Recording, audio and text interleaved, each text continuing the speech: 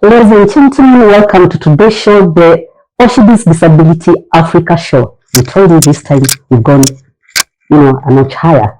My name is Mary Kaveka and I'll be your host for today's program. And with me are some very special guests. But before I introduce them to you, I will ask the Oshibis Trust founder to introduce himself and to say hello to us. Mr. Martin Kilavi. Thank you, Maureen. You already introduced me. Nevertheless, good afternoon, good morning, good evening, our viewers, depending on where you're watching us from. My name is Martin Kilavi from Oshibis Disability Africa, where we advocate for the rights of children, youth, and all persons with disabilities. Thank you for the support that you have given us so far. Let's walk this journey together.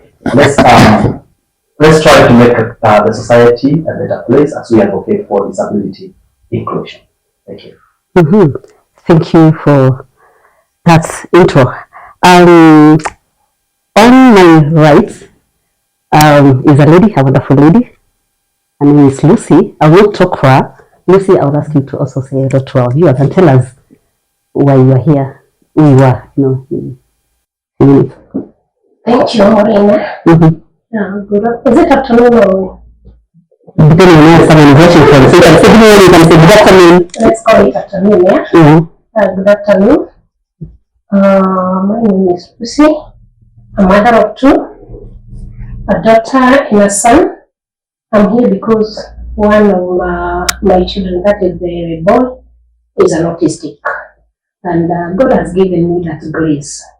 So I want to say that I need much of the sympathy, but I thank God that He has brought us this far, and we are here to encourage somebody who is sitting there that people who are with autistic can still work, children can be raised, and we are here for that purpose. Well, thank you very much, Lucy, and thank you for your courage even to come out to speak to others who may be going through the same situation. Thank you very much, and welcome to our show today. On the left is another amazing, wonderful lady. Her name is Esther. Esther, please introduce yourself to us. Well, thank you for having me, Maureen and Martha, and the guests. My name is Esther Maureen.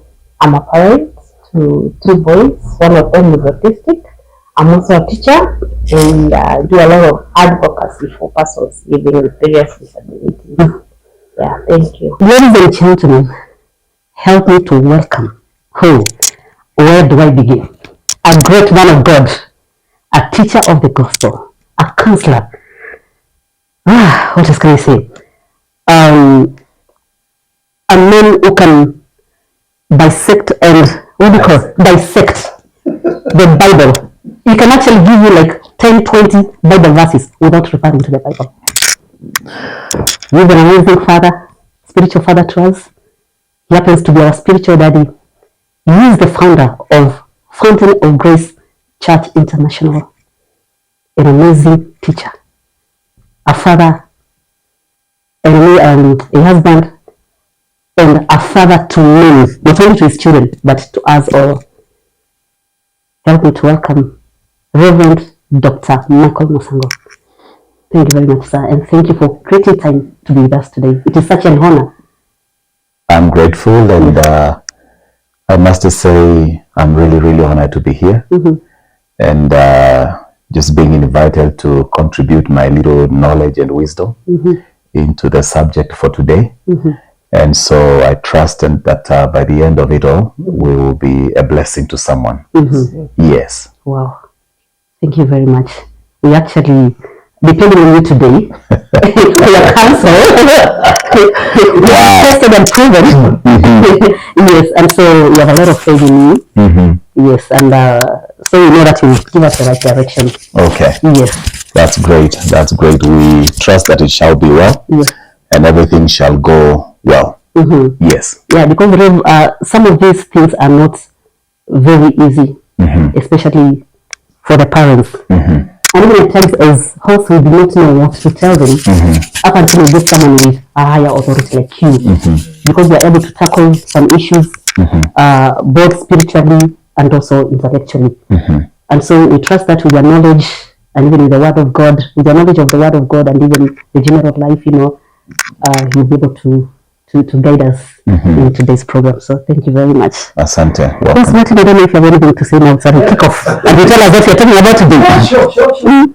Today we are about to, like you said, dissect a very crucial and I don't know, it may go either way, I don't know. But today, ladies and gentlemen, we are going to discuss about raising a boy with special needs. Our focus today will be on intellectual disabilities. These young men, they grow up and a lot of things happen in their lives. And it's always a challenge to the parents, especially where single mothers are involved. And today we want to discuss this. We want to know the direction. We will talk about sexuality. Yes. I don't know what you mean by sexuality. Maybe you can just say, maybe I can help you a little bit if you allow me. Yes. What you mean is, actually raising a boy, what do I say? Raising a son as a single parent is already a challenge, even without the disability. Yes. So you can imagine when now the disability kicks in, the burden becomes bigger, right? Yes, a complex thing. It becomes a complex situation. So what you're trying to do today, these wonderful mothers here have had issues. They'll tell us what these issues are. They've been raising sons, they're still doing so, and I'm sure they've encountered some challenges, and that's why we are here to discuss about those challenges. When these young men are growing up, they are developing, not only body-wise, physically, but also sexually. What happens? What do they tell them as single parents? How far can you go with this, isn't it? So I think we'll start with Lucy. You tell us your story briefly. Then now from you we'll go to Esther. Then now Rev we'll pick it up from there. Then you'll be free to ask any questions. Yeah. Yes, call it as it is. We are here to help others. Yeah. Thank you, Maureen, again. Yeah, being a single parent is not easy.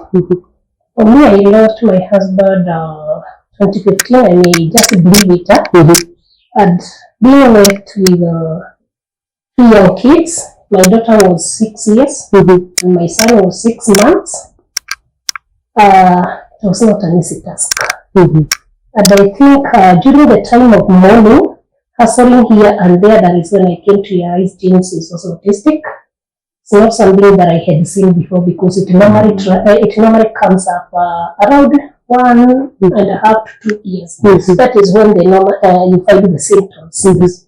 Otherwise, there before you find the children growing well, having the normal milestones. But unfortunately, when it came to speech, that is when I realized James has delay in speech. The rest of the things he picked up very well. Going back to our topic today, we are talking about sexuality. Yes. And the challenges you have faced as a single parent raising James. I don't know if you have any questions to Reverend Dr. Michael Musango. That one was a great part of the life of bringing up an autistic boy. Yes. They might not have similar similar symptoms because they are different. That's why we call them differentially talented in a way. But whatever I think hated me most and what I was unable to deal with, it is the intellectual part of it. Because I could see what we can call the listening capacity of him is not like the way you would call it to the, we call them the neurotypical kids. It's not the same. The way they relate things, the listening capacity is not the same. So you need to take him slowly. But what hated me most is when it comes now to sexual feelings. Because there is a time that the boy will come to a point whereby he feels like he needed to clean you. At times you could see that James wants to hug you, and there is something he wants to express. I don't know whether he had I don't know whether he had copied from school, but you could see there is kind of feelings. How old is he? Yes, he is only 9 years. But there was after. So I had to try and work it out because that one was much of behavioral. When you would see a girl, you would admire the girl. And so I tried to connect it with the normal kids. And I see might be akona ile hali ya kupenda wasichana. Ukiona wamama anadimai nywele, tufidore, he feel like having this, you know. That one now became a nightmare to me. That's in the house. At this time, Lucy, if you allow me, we'll ask now Rev to take it over from there. Rev will tell us if it is normal for a 9-year-old son. Was allowed this. Yes, when she, Wow. But by then he was around 6. He was around 6 and he went to work. He feel like he can come and hug mommy and hug and clean. Yes. Well, I could be right, I could be wrong, but I tend to think that at the age of 6, maybe was a little bit too young, and considering the rate of his development, maybe some of these clingy behaviors of toddlers, a 2-year-old, a 3-year-old, it's ordinary and it's usual. But for him, growing at a rather retarded pace, so to speak, maybe at the age of 6, then this is the moment at which he is catching up with what he didn't catch up with at the age of 2. What was lost? Yes, because remember his pace of growth is really slow. So I would want to think at 6, he was rather too young because there are no hormones as such that are active. So I tend to think by the time he was 6, thereabout, it's what, and the cleanliness of around 2 years, which he didn't express by then. And maybe he was beginning to discover that you have hair. Why are your nails red and mine not red? You know, you've polished them and all of that. So I tend to think we call them terrible twos because that's the age where they begin to really open up their eyes and begin to see things. And I think for him, it caught up with him, or you arrived at that stage a little bit later. That's what I would think, because 6 years is a little bit early. Maybe if we are talking about 13, 14, then we could begin thinking in terms of, you know, hormones and awareness that I'm a man or I'm a boy, this is a girl. But I think at 6 it was a little bit too early to begin to think about that. And again, being clingy, you know, being clingy, different people tend to be clingy for different reasons. There are those that have experienced rejection or they have not been shown enough love. The moment they find this one person who understands them and loves them and shows them affection, they tend to hold on without letting go. And that also becomes a problem, especially when somebody matures up and grows, because we are all clingy to a certain degree. But people who have grown with a lot of rejection, and you know, the society tends to have stigmatization towards these special children. It's not awkward to hear a parent tell a child, don't play with those ones. You know, that goes on, even though it is really, really evil. But when somebody who has been rejected for whatever reasons begins to find appreciation, accommodation, and love, they really become clingy to that person who is showing them acceptance and approval. And that person would better be a right person, because many people, even adults who are okay, they tend to stay in abusive situations and relationships because at least this one person showed them acceptance and affection. And they are afraid even though he or she is abusing me, if I let go and detach, I may never be accepted again, I may never be appreciated again, I may never be loved again. And so this becomes one of the avenues that abusers use. They know you are vulnerable and you are needy, you have never been loved. So if you let go of me, you're going to suffer. So sometimes all human beings really want to be accepted, regardless of the age. And maybe at that time is when he begins to wake up and realize, somebody, mom loves me, I'm accepted, wow, I feel nice when I'm loved. And so sometimes it's just an expression of that inner desire in everybody just to be accepted. Yeah. So, okay. So maybe this was just one and maybe James wants to have a doubt on the phenomenon. I think that's why she was worried.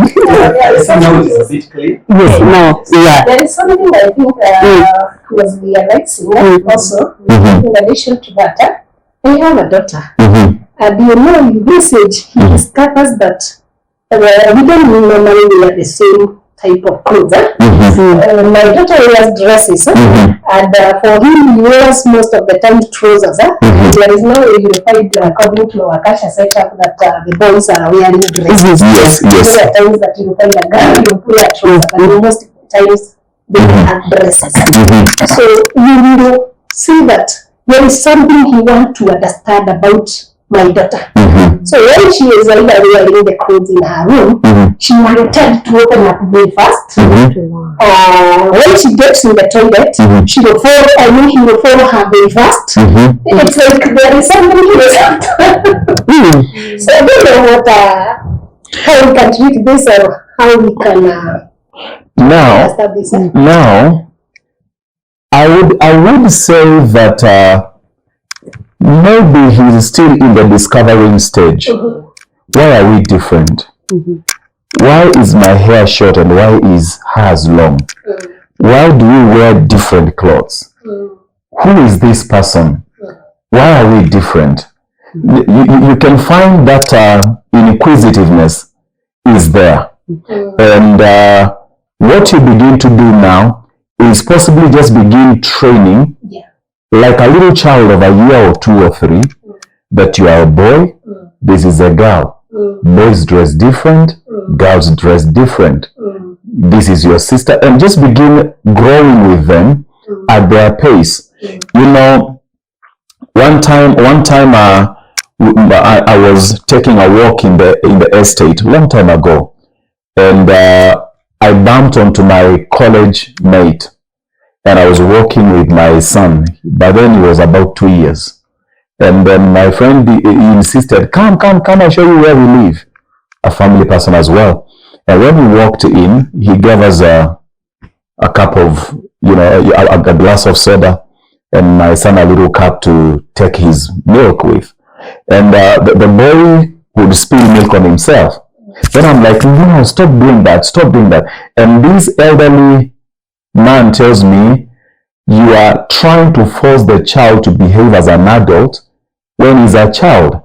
Let him grow at his pace. He is a child and he has every right to do childish things. But for you to pour soda on yourself, it doesn't make sense. So what he was trying to tell me is, let him be the child that he is. Then wean him as he grows. And these children, their development is not as fast as.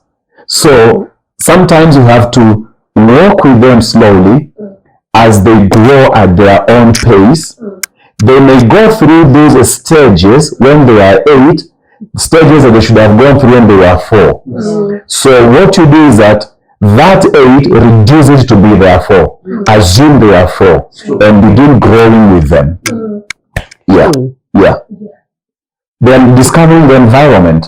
It wouldn't be funny if you find him staring at a car and trying to learn. What is this? If not so, a neighbor has a puppy or a kitten to play with, and for him it's a new adventure. I'm just seeing the world for the first time. I want to know what this is. So they are in their learning and discovering stage. Yeah. Wow. So no, it is not necessarily that akona tabia mbaya. So you're not trying to peep to the sisters' bedroom, as you saying. It is just, becoming a station there. But I think at the same time also, because now we realize where he is, it's good to begin putting those measures early. That boys don't visit girls' rooms, and boys should not follow girls to the toilet.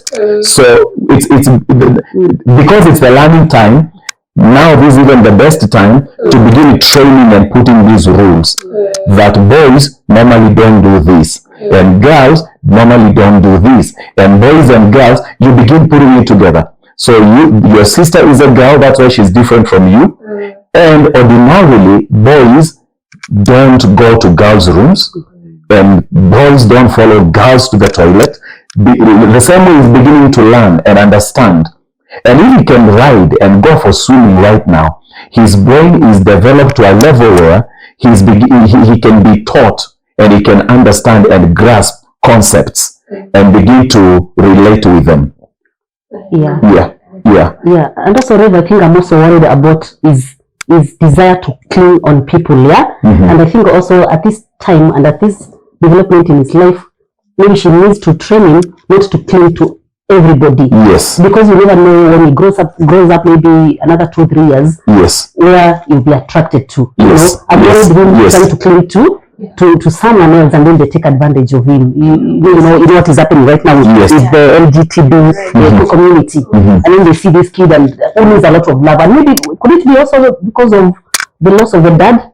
Maybe he's trying. Is he feeling that void? Because to me also maybe he's feeling that, like, does he know that's really a need trouble? That is true. That does affect in a way because the hero of every boy is the father. Okay. The hero and the champion of every child is the father. And the first lover of any boy is the mother. And so I would say the absence of a father negatively affects any child, normal or not normal, so to say, a special child, whether a boy or a girl. The absence of a father, whether he is dead or he's just an absentee father, it affects children terribly. Because, let me begin with the girls. I did a research and for quite a while I have a lot of South African friends. And if there's something that is really, really, really rampant in South Africa, not generalizing, but it is divorces and single parenthood. And when you talk with most of them, they tell you our women don't understand how to stay under a man's authority. And why is that? I was talking with one guy and he said, it's because when the fathers were supposed to be at home, they were busy fighting the apartheid movement. So they were not at home. So these girls only grew with their mothers. And they never learned how to be under the voice of a man who will tell you, don't do that. Sit down here. I want you to give me an account of what you are doing. Bring your school books. So when that lady grows in that environment, if the first man who tells her, I want to know where you're coming from, I want to know why you're doing this, for her, it is oppression, it's being bullied, it's being disrespected, it's mistreatment. But it's something that would have come out natural if she had grown in a place where a man tells her, you can't wear like that when you're going out. You can't be out at that hour. No, you can't talk like that. So now you're the first man in her life to address her and tell her things like that. You are abusing her. You are bullying her. You are threatening her. You see that? And it happens the same way for the boy child. Because there is no role model. And so a time comes when the boy says to mama, I want a man to raise me. They may say it verbally or they may say it by behavior. Mommy's voice is no longer making sense to me. And mommy can no longer tell me anything. And so at that moment, and that's why the society easily comes in and gives the wrong direction. And they are looking for a man that will model for them what it is to be a man.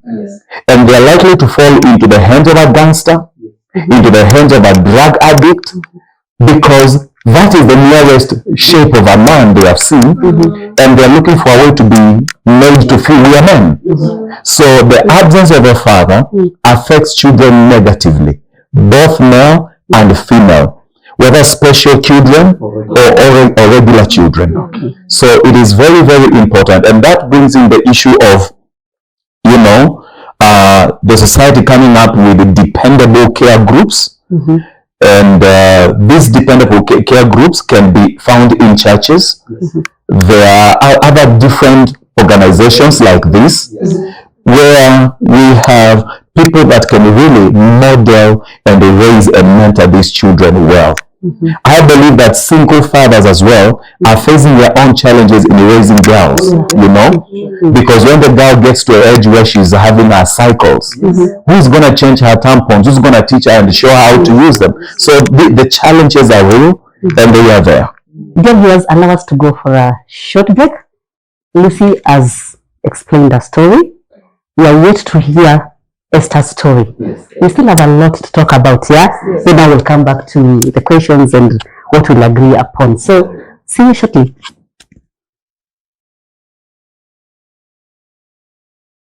Wow, thank you, and welcome back, our viewers. I promised you that we are going to dissect, and I think time has come for us to dissect in part 2. And I want to add on the point of the boy clinging on someone, or you, or a lady. And for autistic, not only autistic, I'm a teacher.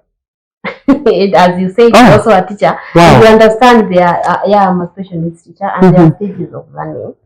And one of them, as the Rev has pointed out, the discovery.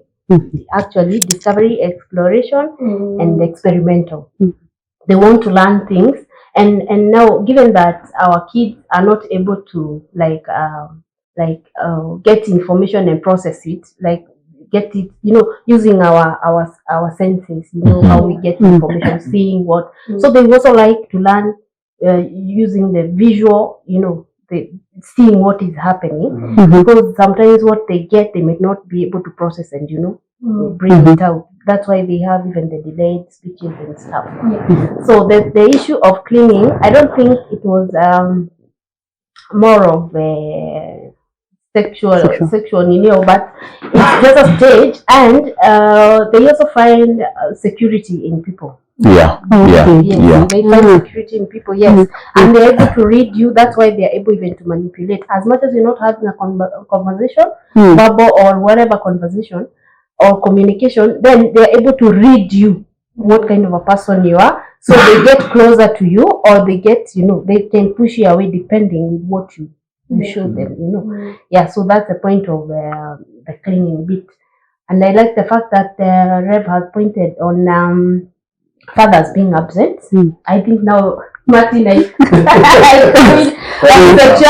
that I was go back how we brought up my son and stuff like so. So it's the same story. But now the hard bit comes in and then teenage sets in. Yes. Because now they start experiencing, there's the hormonal changes, there's the emotional bit. They don't know what is happening with them, and they start experiencing the same way you talked of attraction. They start also getting attraction to women, but there's a bit they really don't know what is happening with their bodies, and now the hormonal changes. The boys start, especially the boys. Yes. And for the boys, and being a teacher, I've experienced both genders. Yes. With the girls, you can really tell now this one, as much as they're not verbal or they're not communicating to you, but you can tell, leo venye kuko, kwa class, things are not good. This one is having, even when they are starting their menses, they have that confusion. Even for us, we get moody. Even for us who are normal, let me use the word typical and atypical. When I say atypical, I mean the special needs. Typical, I mean there. Even us who are normal, we get those moods.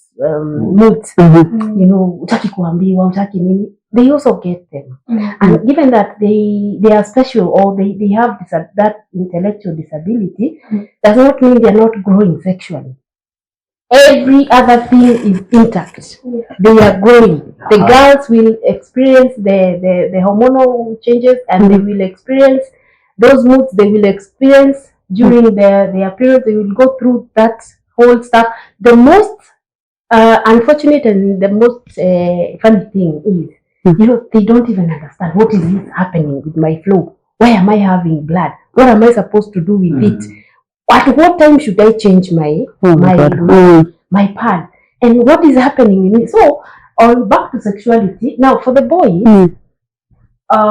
they start experiencing, even they erect in front of people. They don't know what is happening. They don't know what it is. They don't know what it is. I'm getting hard on. I mean, what is happening with you? Mommy, what is this? They ask you. They won't ask you. They're giving you intellectual disability. Number one. Yeah. They might not be able to. Majority of persons with intellectual disability, and especially autism, they lack what we call the expressive language. Okay. They cannot they cannot express themselves. They cannot say, "I'm feeling so," or this, and or they're not even shy. They're not shy. They're not cautious. You know, they would even undress and come in front of you. Hey, you people, explain to me what is happening. I don't even know. You know, they'll come. They're hardened. I've had a conversation with parents, and they get those sexual arousals when they are in a public place, and it triggers the behavior. It triggers now the hyperactivity. It triggers the aggression. They want to be aggressive. They don't know what is happening. But most of the parents, they're just confused. What am I supposed to do? Let me tell you, they even like have them. Not exposed to the public, especially the teenagers, because they might get. I've experienced with my own. We go to a swimming pool and he hits the water and there he goes, and he's not able to tell you. But no, this is it. This is me. We're in a public place. He's and people are scary. Yeah, and they do not understand why he's doing this. Mama, so Ian and I misbehave. That's the son. What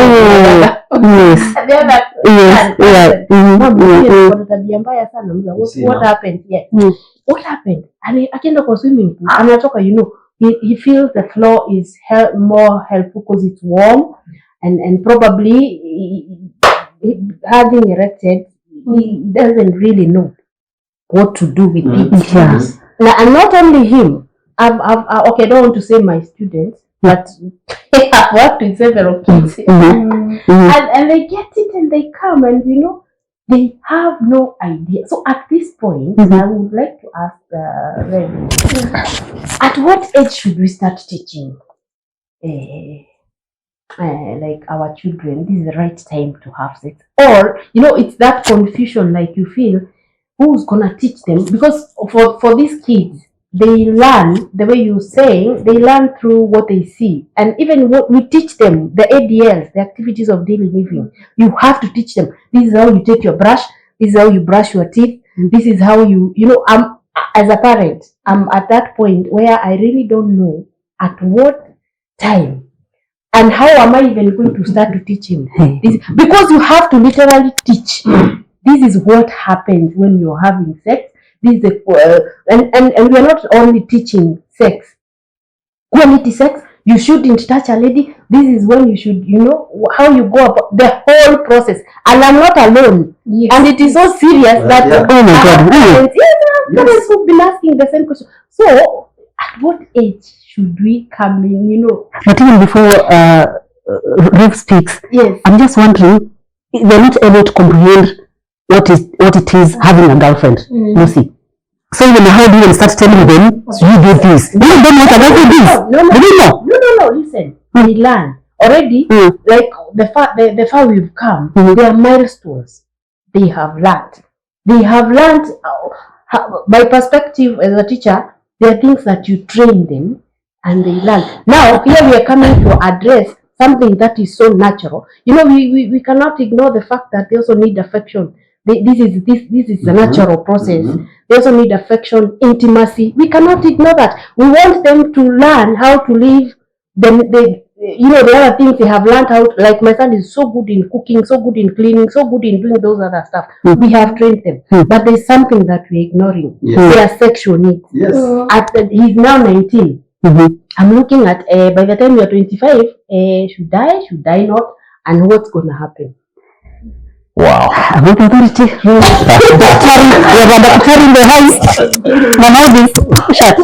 Well, what I would like to say is that, for instance, if we shut down the electricity in this room where we are, it doesn't mean the lights are not on in the other rooms. Yes.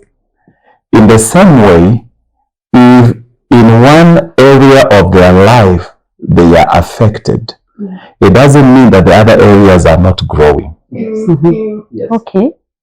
So they may be having all these other challenges, but the body is growing. And hormones are being released. Yes.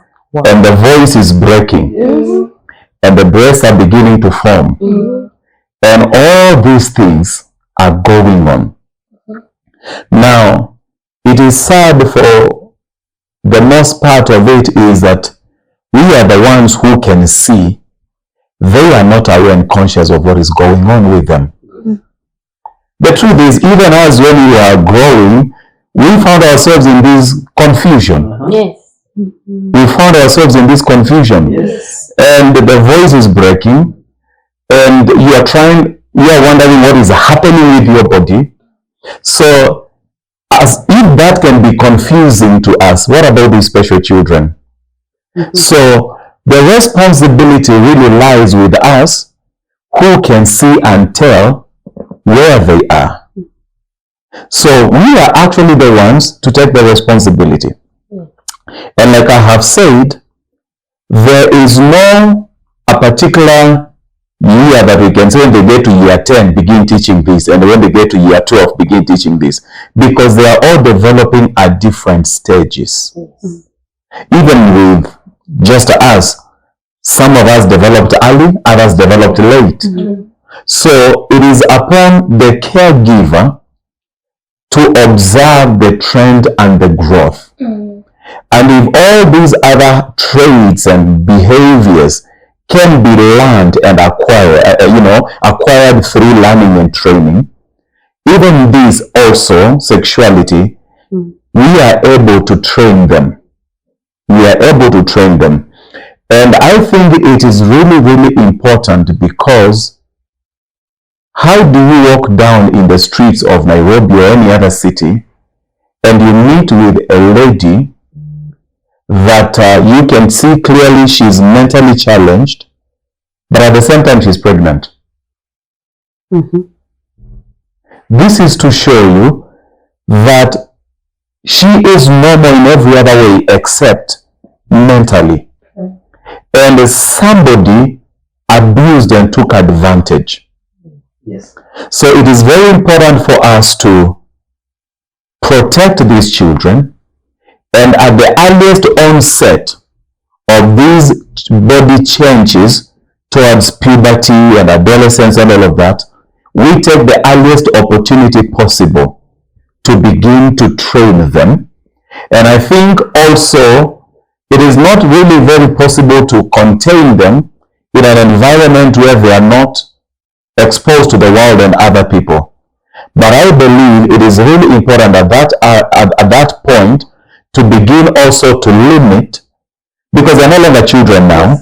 They're young adults, they're young women and the young men, to begin to limit who interacts with them until such a time when we are now confident the training is rooted in them and they are able to take care of themselves and defend their sexuality. Because at that moment, exposing them to anybody, anything can happen. Somebody just need to know, this one can't tell anybody anything, no matter what I do.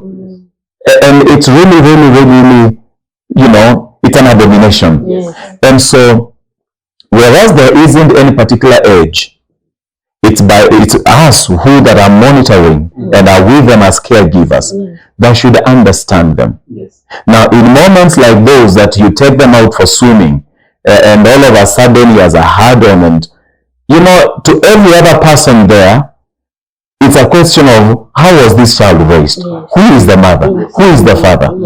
But at that moment, you need to grow a thick skin for your child, because you're the only one who knows what I'm dealing with in my son. And so I'll stand for him. I'll stand for her. I'll defend him and defend her, because there is no one who is okay that will go out and say, I'm going to undress around people and walk around, you know, with a hard on and all of that. It doesn't happen. And I think the more awareness the society has, the better. Because we, all of us, do understand there must be a challenge with this person. So it's not a laughing stock, but rather it becomes my responsibility. Because a child of one is a child of the society. It takes the society to raise a child. It takes a village to raise a child. And so I think it's an issue of the society also having an awareness and coming in to partner with the parents. It may not be the whole society, but the few blocks we live around each other here with our little swimming pool there for 5 houses. We can take care of each other that way and protect these children even as we grow them.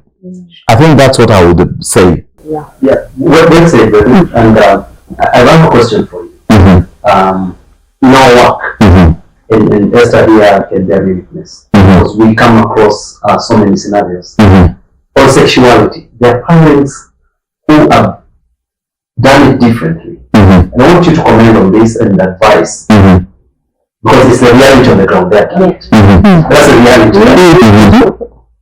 Their sons are grown, 20s, 18, 26, 30, and so on and so forth. And of course, they cannot be mainstreamed into the ordinary way of the and stuff like that. So they are introduced, both the single parents, the single mothers, and the ones that have got both parents. And they have introduced their children to pornography and self-relieving, masturbation. Right? Masturbation. They have done that. They call us, and that is the scenario. We are not here to judge anyone. We're just having this conversation to help each other, because probably they felt that is the only way they can have their children or their sons relieved. And at the same time, like she said, to avoid the embarrassment that comes with it. Because probably you're having visitors. And the opposite gender is coming in. And they know their sons are more likely to get attracted and get the handles like we have said here. And they have resorted to introducing them to that. What is your comment on that? Now, I would say and put it this way, that there are no medically proven side effects of masturbation or anything like that. But I look at it from the spiritual angle. And a habit can be formed if you do something habitually for at least 21 times. It is likely to become a habit you are addicted to. So whereas there may be no medical complications with that, except possibly hurting the girl with these gadgets that are in the market now, there is a more serious issue here. Sex, whether with a member of the opposite gender or the self-relief we're talking about, or man to man or woman to woman, sex that is not legalized by God becomes an avenue for demonic infiltration. The Bible says, whoever you sleep with, you become one in spirit with that person. And that is one way of transferring curses and demons from a place to a place and from a person to a person. It becomes an open door. You find somebody, person A, maybe in their family they have a genetic condition, and a person or a spiritual condition. Either in their family they die young. It's a family curse to be broken. Others, it is poverty. Others, no matter educated they are, they never get jobs. Because different families have different demonic manifestations. When this person connects sexually with this other person, their issues become more compounded. Because he comes with whatever curses afflict their family, and this person, whatever curses afflict their family, when they merge, now the issue becomes more complex and compounded. And sex that is not sanctified and sanctioned by God, for whatever reason it is an open door for demonic manipulation. And so it wouldn't be strange to find such a child, because demons don't care whether you are okay or not okay. They look for a body to dwell in and to manifest themselves and the character and the nature of Satan through. You remember even in the Garden of Eden, the demon that came, it used the body of a snake and it achieved the devil's agenda. So that's how demons are. So when you open this door, inasmuch as this child is mentally not okay and not knowing what is going on, you have opened them up to demons, and they will be used and indwelt by Satanic spirits. So whereas there may be no health-related things or complications or, health-related disadvantages of that, they are there spiritually. Spiritual connotation. They are there. And actually, even for people who are okay, that masturbation thing is also very, very, very, very, it has far-reaching consequences. Because if you can satisfy yourself, what do you need a spouse for? So what happens is, it takes away your urge for a spouse the right way in a right union. So it is one of the ways of morally breaking down the family. You may think you are helping that person, but you are not. You are actually compounding their problems besides opening them up to demons. So you find all that is there. And that's why the scriptures are very, very clear. And God comes out very strong against masturbation, against uncleanness of every kind. Actually, it falls in a category where the Bible calls it sexual uncleanness. Masturbation and pornography. Pornography comes from the two words pornos and graphos, which are two Greek words. And pornos is also the word porneia, which means harlotry, and graphos, writings. So pornography is simply the study of the doctrine of harlotry and prostitution. You see that? So you don't do that to a person. Whether you love them or you don't love them, you are exposing them. And the spiritual implications are far-reaching, and the consequences are deep. Yeah. Okay. At least that is well answered and taken care of. And I believe that for the parents who have been calling us and asking us today, you've got answers to all your questions. Nevertheless, I still want you to address an issue here. What is the exit way? What is the escape way? Now, let me also put it this way. Even according to the law, deriving sexual satisfaction for yourself from somebody who is not willing or without their consent, it's assault. It's assault. Yes. Now, let's look at it this way. Maybe it is violent assault, which is rape, or somebody has been dragged and you put whatever you put in their drink or whatever, because that's happening. It is sexual violation. It is assault. And you can stand before a court of law and go to jail for that. So you don't derive sexual satisfaction for yourself from someone who is not willing without their consent. And even for these children, it is abuse. It is abuse for them. And number two, you don't give sexual gratification to a person without their request. It is violation. Yes.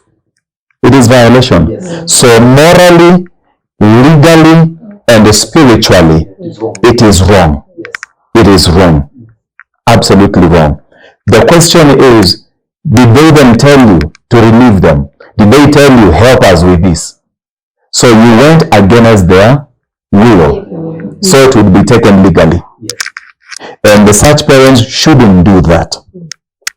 The child may not sue them and take them to court because he doesn't know, but a neighbor may know and take advantage of that, or even an organization like this may know it's an abuse of one of our own. So there is no room for that. And what I will say is, in such a case where such has been going on, the people just need to carry it off, stop it, and we trust that no demon has entered anybody yet. But you know, some of these things, and especially when it comes with the mental, retardation in growth, and especially for when people get into youth or even little children, people suffer a lot, and it is just not recognized because people think it's just being a child. But actually, it's not being a child. This is more than the childish behavior. Then teenagers and young adults can suffer mental issues, and people they go unnoticed because they are not physical. And somebody could be thinking it's just the waywardness of a teenager. But actually, if you take more time and thoroughly examine, you could come to realize later that actually it is more than being just a naughty teenager growing. There is a mental issue. And so let's not take advantage of them. Let's not abuse them that way, thinking we are helping them. Let's try to help them with counseling and teaching as they grow up. Even as we teach the other disciplines, swimming and dressing yourself up and playing football, let's also teach this and help them. Good. Help them. And also, I think I need to throw in something. I think also for the parents, they also need help. Yes, the parents do need help. The parents do need help because sometimes it can be overwhelming. Some of these children will be told special diet for them. You've got to hustle and get money for that. Don't give them wheat. Don't give them this. Don't give them sugar. What is the alternative? Get them honey. You know the cost of a bottle of honey? It's a lot of money. It's crazy. And so these parents also need help. These parents also need help. They need counseling. They need support groups. They need financial help where necessary.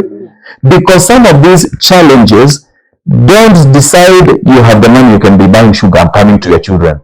Some of them you find it's parents who are unable. They can't even put a meal on the table. They survive on $1 a day, And so the need for helping them with support group, financial institution that can help them, and all of this.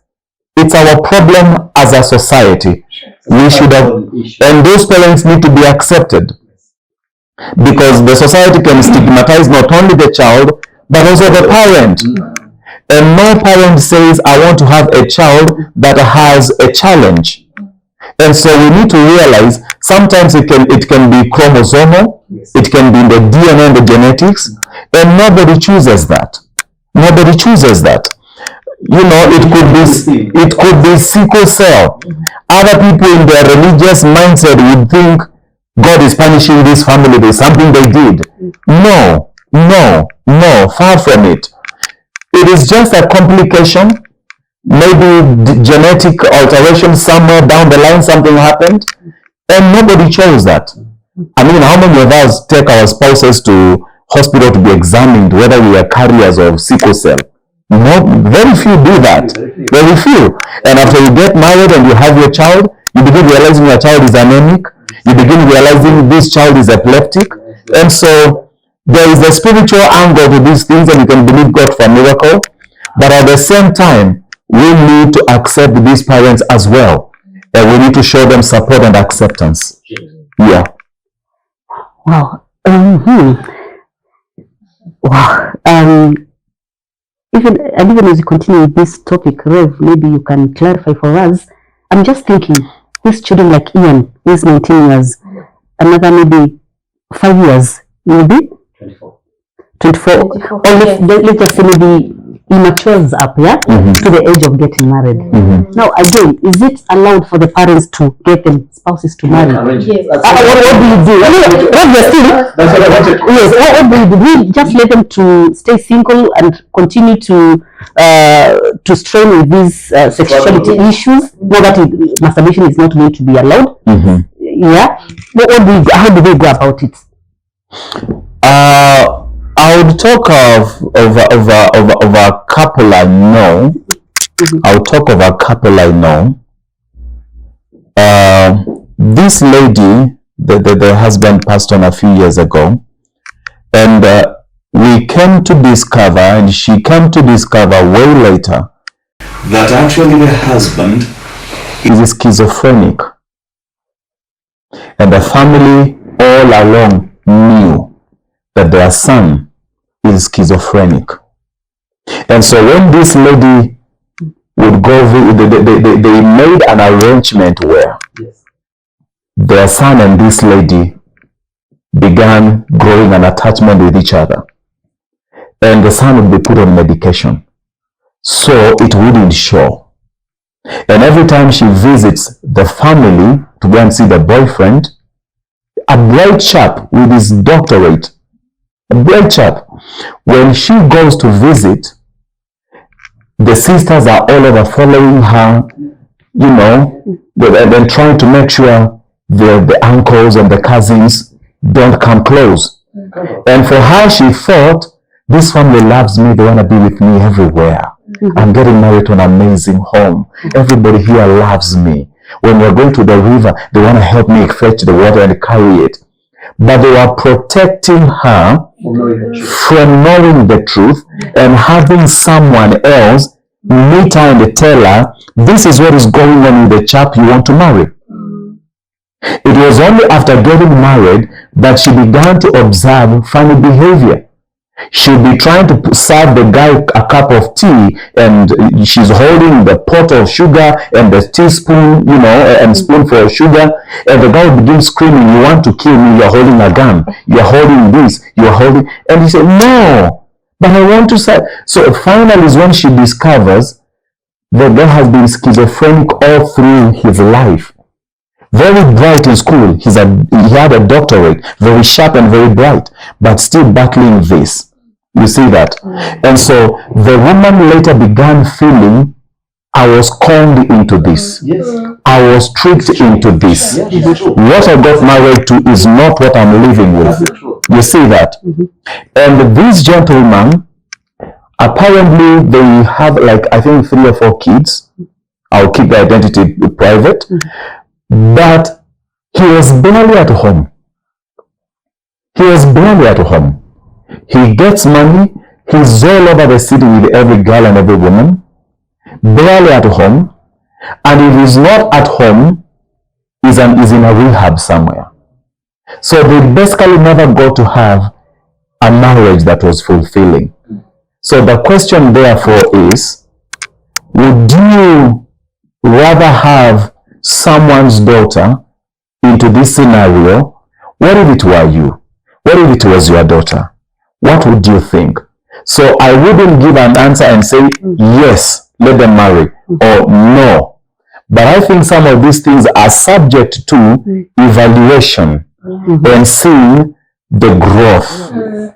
Seeing the growth and the ability of the person to understand what is marriage. What am I getting into it for? Is it necessary? Is it necessary? Do I really need it? You see that?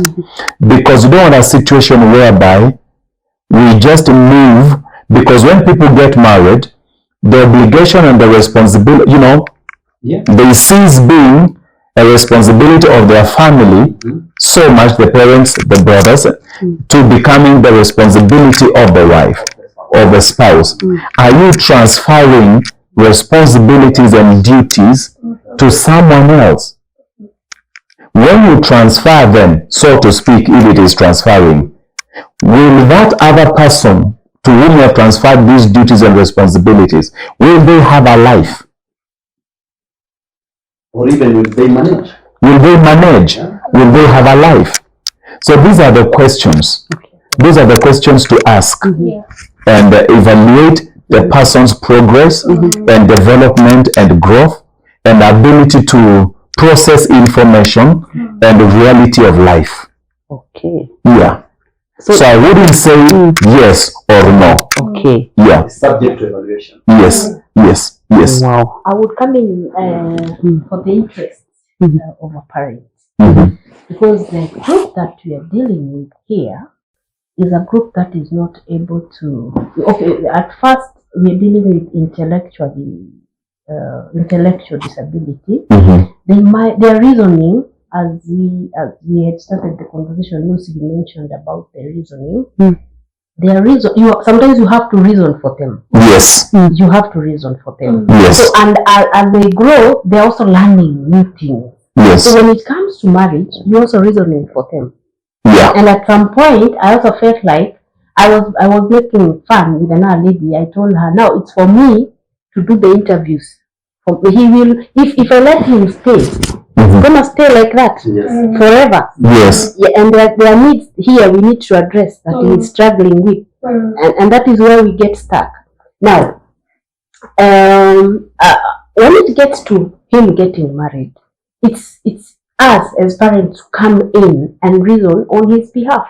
He might not be able to tell, this is a girl I want, this is a girl the behavior I would like to see in my wife, this is a wife in the first place. So it's a training that keeps, and they also keep on learning every other time. So when it gets to them having that kind of arrangement or engagement or marriage or so, I know I have to take that responsibility to ensure. It's not like my normal son who will go and this one I have to start making for my own. I have to start making arrangements for him as early as now. By the time you're getting to this, it's my responsibility to have you get a house, so as you not struggle. It's me to know what sort of income that you should have. And the next level, when you get a family, I know, and it's not only me, even for many other parents, that it's my responsibility to ensure that your family is well fed and your family is, because we are coming in to address the issue of them being, having a lonely life. And also, as a parent, but this is a parent perspective.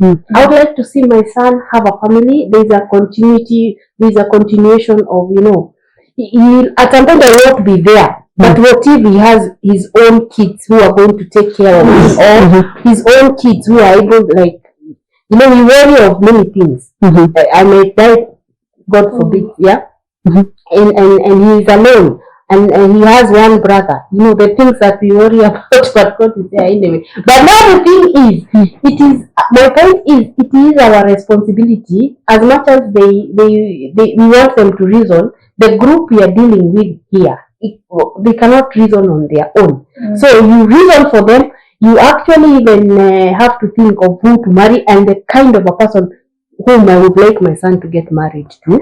And we have those. This is the thing. Yes. This is the thing.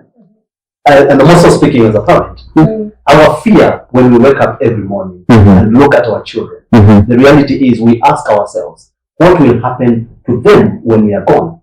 And I believe by the plan of God is a child to bury the parent, right? So that is our worry as parents, right, parents? Yeah. And this is where we say that yes, the siblings are there, but look at us today.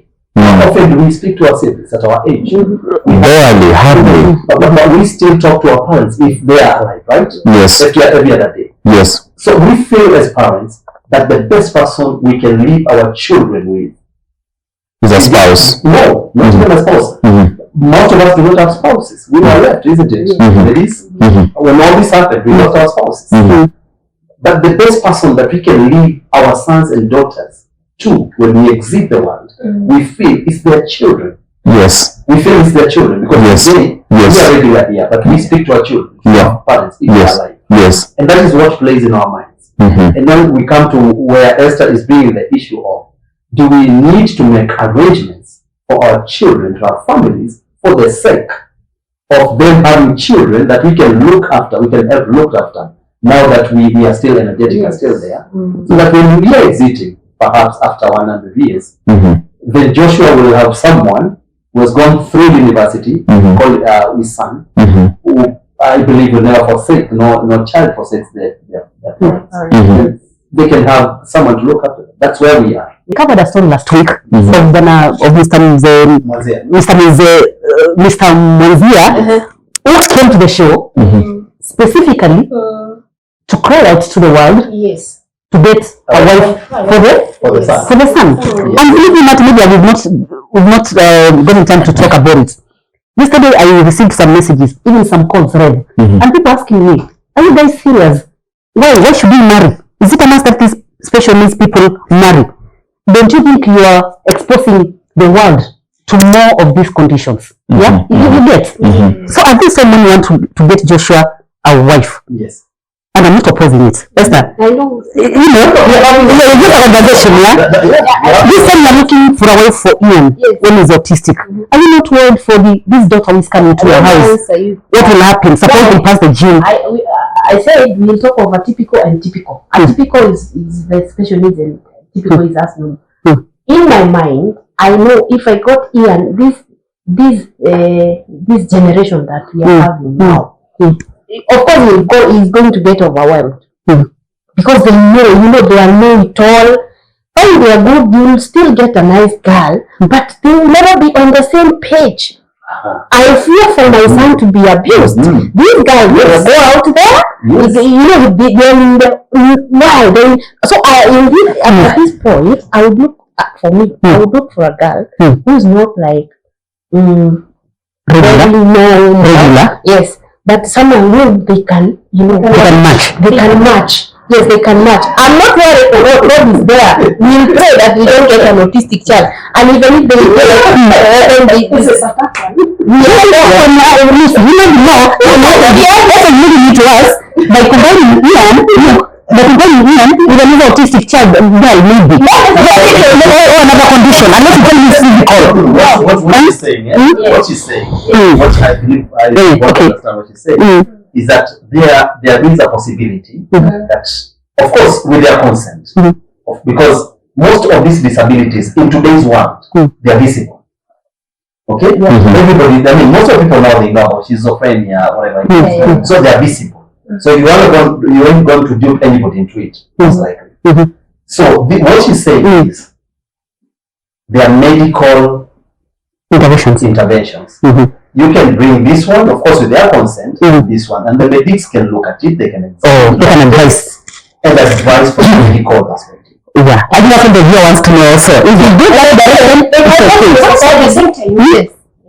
there is one thing I also want us to consider. These children that we are bringing up, especially as being the parents, at a level or at the capacity that God has given us now, we are bringing them to become the fathers. Years to come, to become responsible people, to become dependable. And that's why we are investing a lot. So that we can see the children, we can see our children becoming self-independent. Higher. On the other hand, I don't want you to look just the condition itself, that part of disability. I want us to focus on And that's what you say. Don't you will find that. You will find that, like my son, he can do better in this. So that is what I'm measuring. So I'm looking forward towards James becoming a very good swimmer, not just competing here in local, but also internationally, becoming a very good musician. Let's talk about the marriage. I'm getting there.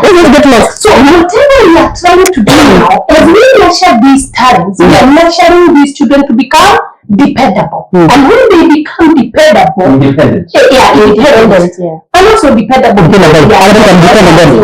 Yes, these people will be able to make their own money and feed their family. At the same time, whatever they are working on, that concept that is just a little off, it's something we has given the responsibility by God. We are able to come in. If we go back to the book of Let me talk of Abraham.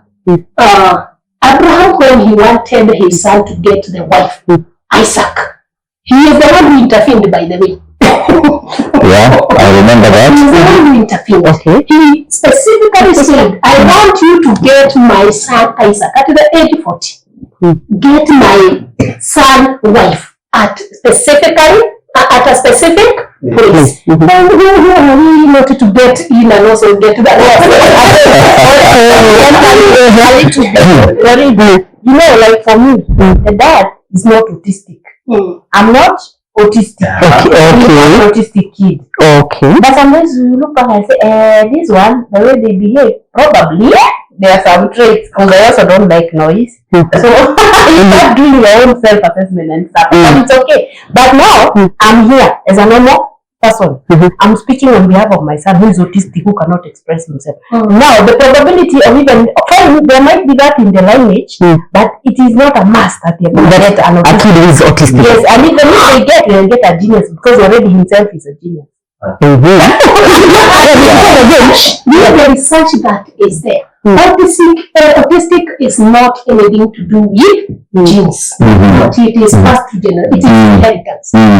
Yes, and I don't understand from where I'm sitting, yeah? I want people, throwing stones at us and saying, actually disability Africa is actually championing for other people's daughters to get married to these special kids. You understand? It is not an inheritance. It is not, on that point wherein we're not advocating for that. What we are saying is, us as parents, at some point, we will have to come in and make choices for our kids because they cannot. Their cognitive ability is not there.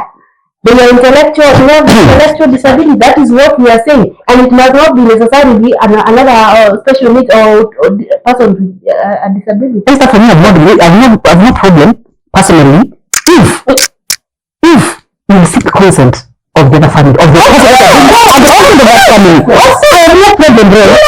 If you all go to the doctors and at least you divide them to assist. That is why I say the kind of a person you're going to they are equally looking for that where we yes, that is where we are. These are another family looking to at where is my daughter who's gonna come in and solve this problem. Or not problem, who's gonna come in and have this continuity of our family. It is a mutual agreement. You have your daughter, hana mahali pa kwenda, mimi niko na kijana, we agree, my son is autistic. Rev, please allow me to ask you this question.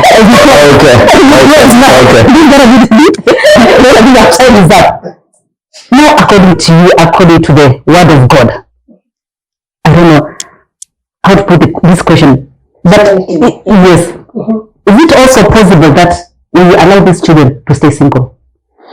Well, I'll put it this way. Number one, there is no a commandment in the Bible that everybody must marry. Thank you. There are some that will marry. There are some that will not marry for various reasons. And from the scriptures and culturally, when I look at marriage, I see two reasons. I see people that want to get, or maybe three. I see people that want to get married for the sake of companionship. Yes. Really having children or not having is not a bother for them. They're looking for companionship. Number two, there are people who are getting married for purpose. Because of marrying our purposes together for a bigger goal. We're coming together to complement each other for something bigger.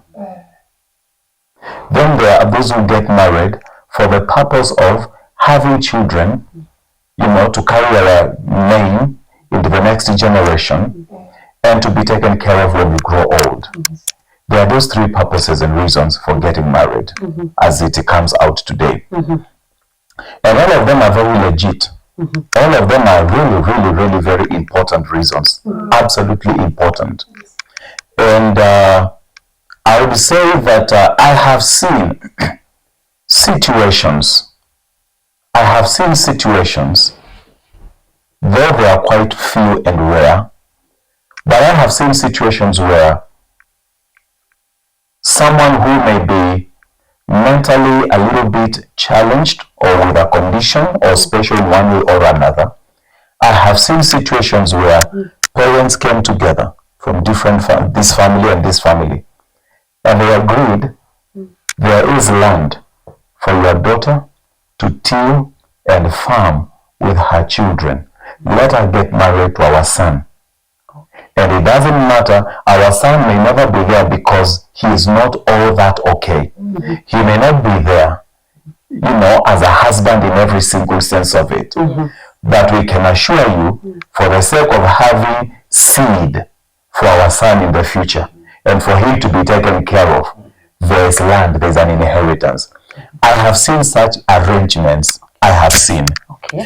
But it also depends on what the lady to come into the picture is looking for.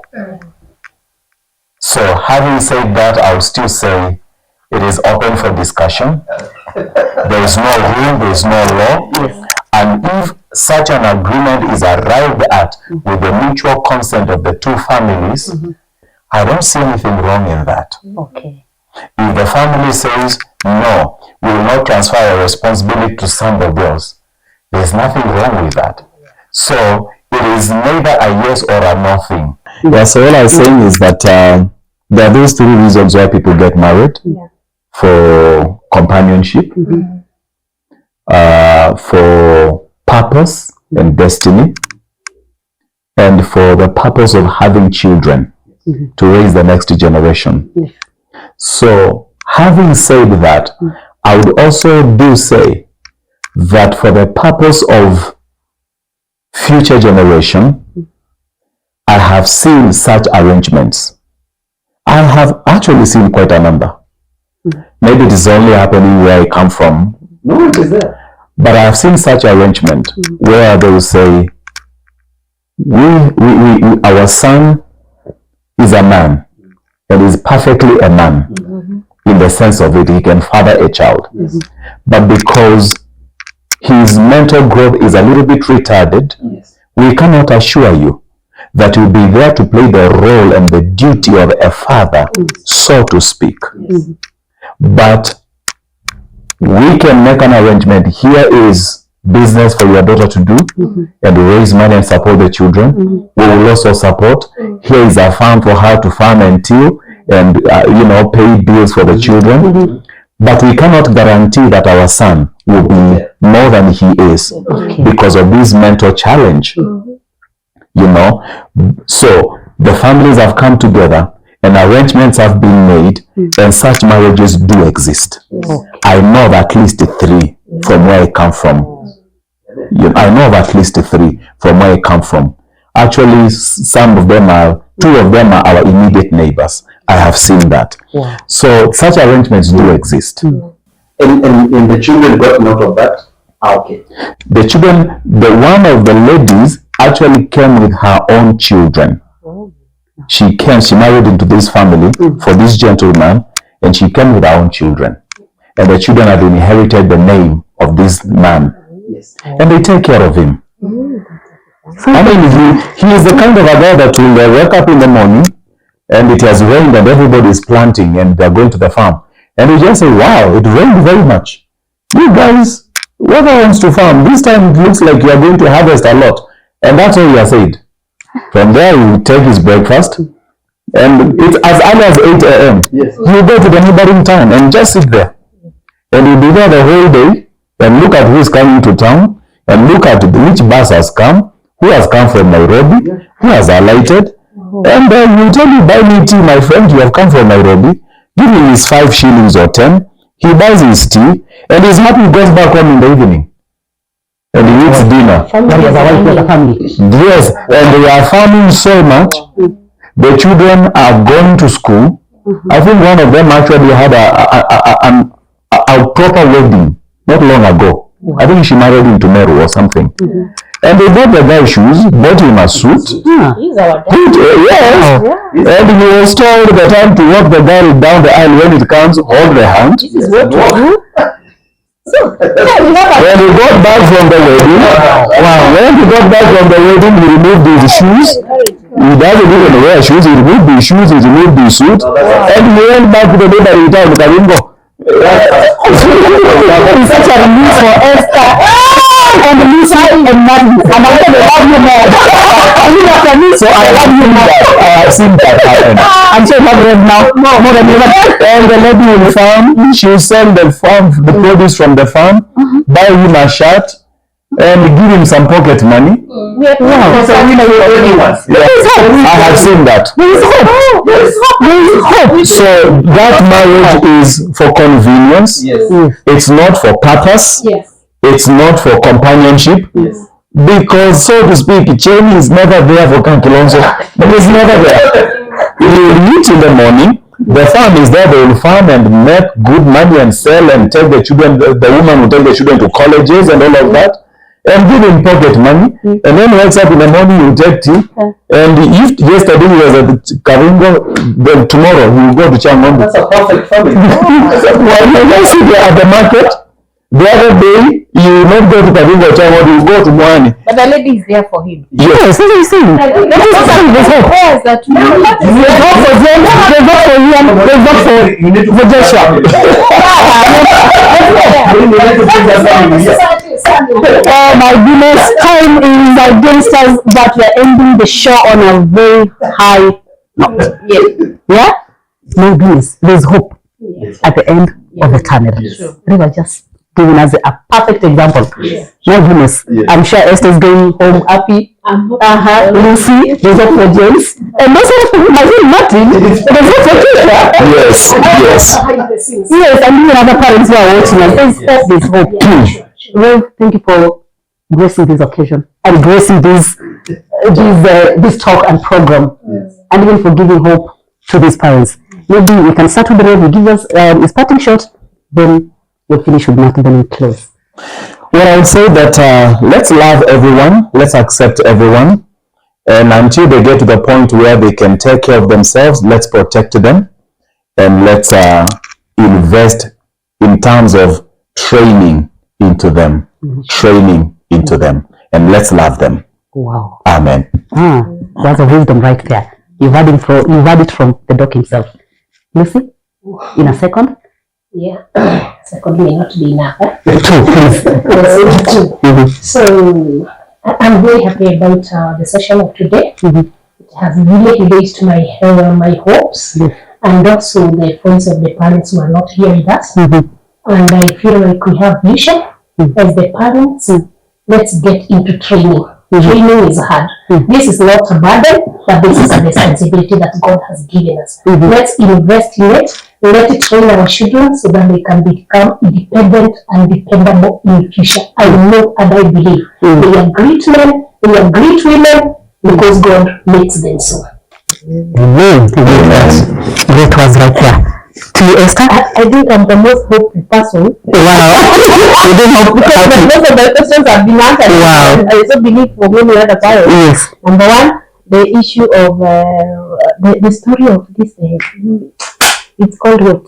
This self-defined. It is, it has been answered so well. It is not good for us as parents to release masturbation. That's what. It's not good for us, and we're opening doors for our kids to demonic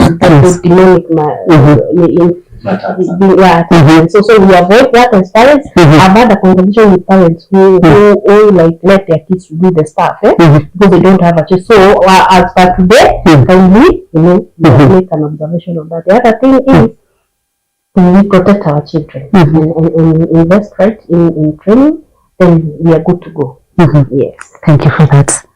I think I would add, because they are able to be trained and to learn and understand and grow, it is extremely important also to put into that training the training of righteousness, the training of godliness, and bringing them to the knowledge of the Lord Jesus Christ. That is a game changer. That is a game changer. The coming into a person's heart, the coming of the Lord into a person's heart, is the beginning of all miracles. miracles, and I believe in 100% total healing and restoration. Where the Lord is, I believe in miracles. Yeah. Amen. Yeah, I believe in miracles. Yes. Yes. Okay, my parting shot. Asanteni sana, my fellow parents. Thank you so much, our viewers, our followers, and the supporters of this show. This is a place where we come to interact and learn from each other. Iron sharpens iron. Today we are better than yesterday. We have learned quite a lot. My fellow parents, continue observing that at home. Train your daughters, train your sons the way we have been told by Dr. Reverend Michael. And let's keep the fire burning. And let's meet for more inspiring stories. Wow. Thank you for that. My takeaway is we'll not allow them to have masturbation. We'll train them, as Reverend has told us. We'll train them, and more so in the Word of God. And again, we'll pray for them. Hallelujah. This prayer is going to work. Yes. It will remove that urge. It will remove these desires. And again, he has told us at least we can. He has given us a perfect example of, even the two families coming together and maybe, organizing something for them. So at least there's hope. Even though we say there's no masturbation for them, at least there's hope at the end of the tunnel. Why? Because now we'll be able to observe and analyze the situation. The two families come to, and maybe now we can arrange for them to settle down in marriage in a godly way. Yes. Then now their problems will be sorted out. So it's hope and hope and hope, and that's what we are preaching in Oshidi's Disability Africa show. We want to give you hope, and we want to encourage the other parents who will be going through the same situations and even worse and all that. We just want to say that there is hope at the end of the tunnel. We will not give up with these children. We are not going to give up because God has not given them up on them, and we've not been about to give up on them. We are going to give up on them as parents. We will continue encouraging each other, and even as Reva said, for the society, for the neighbors, for the friends, even when these children are going through this sexual what do you call hormonal changes and all that, this sexuality thing, please, let's be considerate. Let us support them. They do not understand what is happening with their bodies. They do not understand what is happening around them. Let us be supportive. Let us hold their hands and pray for them. And also, help these parents to train them. Right? Let's look to see, let's not expose them. Let's not laugh at them. Let's not judge them. They do not know. But with God's own time, everything will be settled. Thank you very much for watching this show. Remember to watch, share, because we want these stories to reach to as many people as possible. Because as we only say nothing, we want to change, even if it's one life. One life. And thank you very much actually for coming through for Levina Musungu. We actually headed there after this. We have members of our church, we have friends who have donated a lot of food. Some people want to pay for any child for a 1 year for the children, and help is coming. I even have colleagues at work who told me we called her and help us come through. Thank you very much, guys.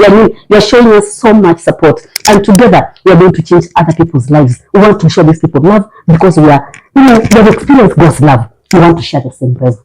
Yes. If you can, where did they actually after this? A family, for Levina, she was boiling water for the children. She has twins who are disabled, and everybody else severe disability.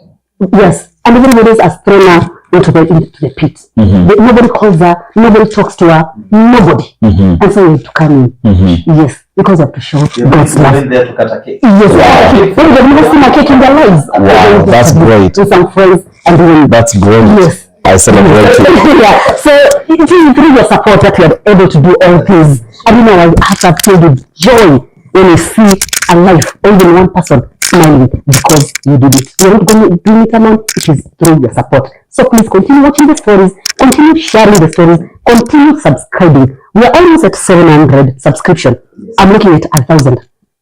Anytime. Yeah, from now. Hit that subscription button. Remember, we are non-profit making organization. We do not benefit from these are ministry.